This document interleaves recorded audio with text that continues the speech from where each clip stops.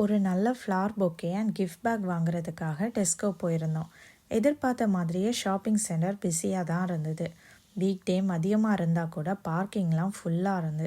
Christmas and விண்டருக்காக உள்ள நிறைய ஸ்டால்ஸும் open பண்ணியிருந்தாங்க.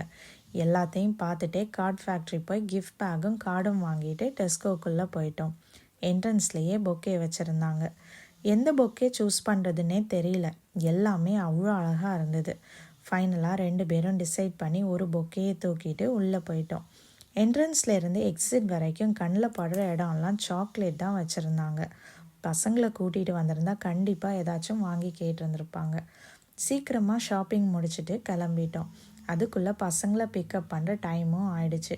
வீட்டுக்கு போயிட்டு நடந்து ஸ்கூலுக்கு போகலாம் டைம் இல்லை. ஸோ கார்லேயே பிக்கப் பண்ணிட்டோம். ஈவினிங் வெதரும் ரொம்ப டல்லாக லேசாக தூறல் போட்டுட்டு இருந்தது. வீட்டுக்கு போகிற வழியில் ரோட் சைடில் மரத்தடியில் இலையெல்லாம் விழுந்திருந்தது. அதோட கலர் பார்க்கவே ரொம்ப அழகாக இருந்தது. இந்த வெதர் சூடாக டீ போட்டு பஜ்ஜியும் சாப்பிட்றதுக்கான பர்ஃபெக்ட் வெதராக இருந்தது. தேங்க்யூ ஃபார் வாட்சிங். இன்னொரு வீடியோவில் பார்க்கலாம்.